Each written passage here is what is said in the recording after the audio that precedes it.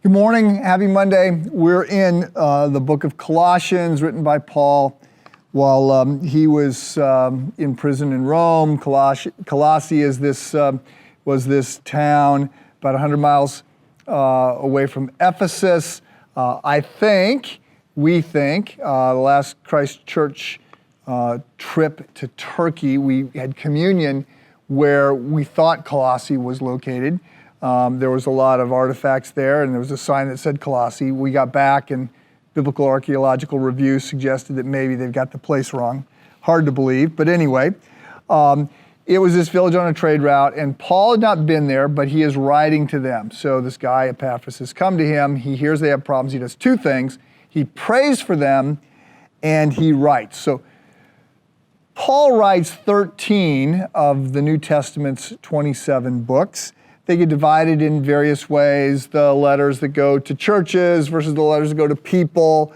The letters that go to people, some of those are called pastoral epistles, 1st and 2nd Timothy and Titus, because he's coaching young pastors about how to be a pastor. There's a number of books that he wrote from prison. Colossae is obviously one of them. So you can divide up Paul's letters. The book of Romans is sort of in its own category. It's the biggest letter that Paul wrote, and it's the most theological. He writes it to people he's never been there, so sort of the introduction to the faith and all those ideas. He'd not been to the Colossians, but they have been coached by somebody he had been spending time with. So several things to note today. We're setting up a rich passage that we'll look at for the next few days, Colossians 15 through 20. I just want to say three things and then read it for you. I have noted several times now that Paul is writing to counter false teachers, but we don't know who the false teachers are. So I just want to note there's likely a reason for this, and that is just like you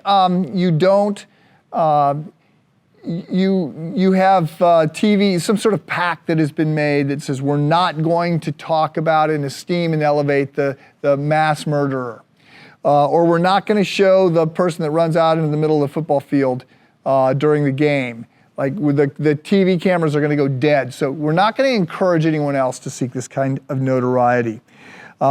So instead, what we get in Colossians 1:15 is what I'll say is a great offense. Paul's approach is not to name the false teachers and then go after them as much as he's going to talk about Jesus and esteem them. So, filming this a week in advance, but I know that we're going to hear a lot as we head towards the Super Bowl. We're going to hear a lot during the Super Bowl that that Kansas City wants to do everything they can to keep Tom Brady off the field.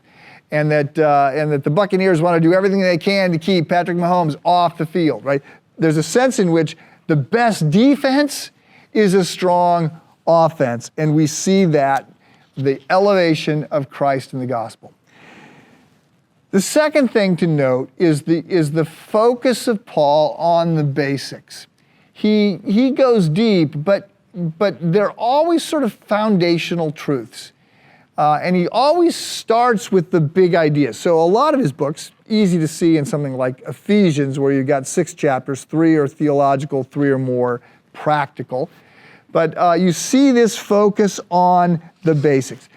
Theological basics are not like other basics. In math, you learn that 2 + 2 = 4 before you do calculus, and in English, you learn your ABCs and how to spell cat before you move on to bigger words, bigger ideas.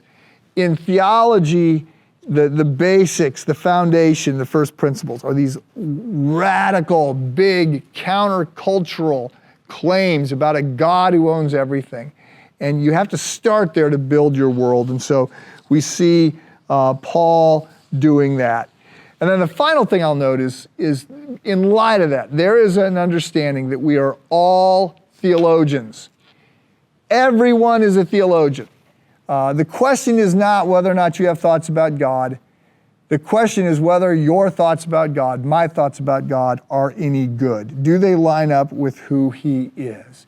And so we've got this focus on the basics. So in light of that, let me read this passage for you today. We'll pick it up tomorrow. It's talking about Jesus. Colossians 1:15, he is the image of the invisible God, the firstborn over all creation. For by him all things were created, things in heaven and on earth, visible and invisible, whether thrones or powers or rulers or authorities. All things were created by him and for him. He is before all things, and in him all things hold together. And he is the head of the body, the church. He is the beginning and the firstborn from among the dead, so that in everything he might have the supremacy. For God was pleased to have all his fullness dwell in him, and through him to reconcile to himself all things, whether things on earth or things in heaven, by making peace through his blood shed on the cross. That is a very rich passage. We'll be looking at it the rest of this week. Have a good day.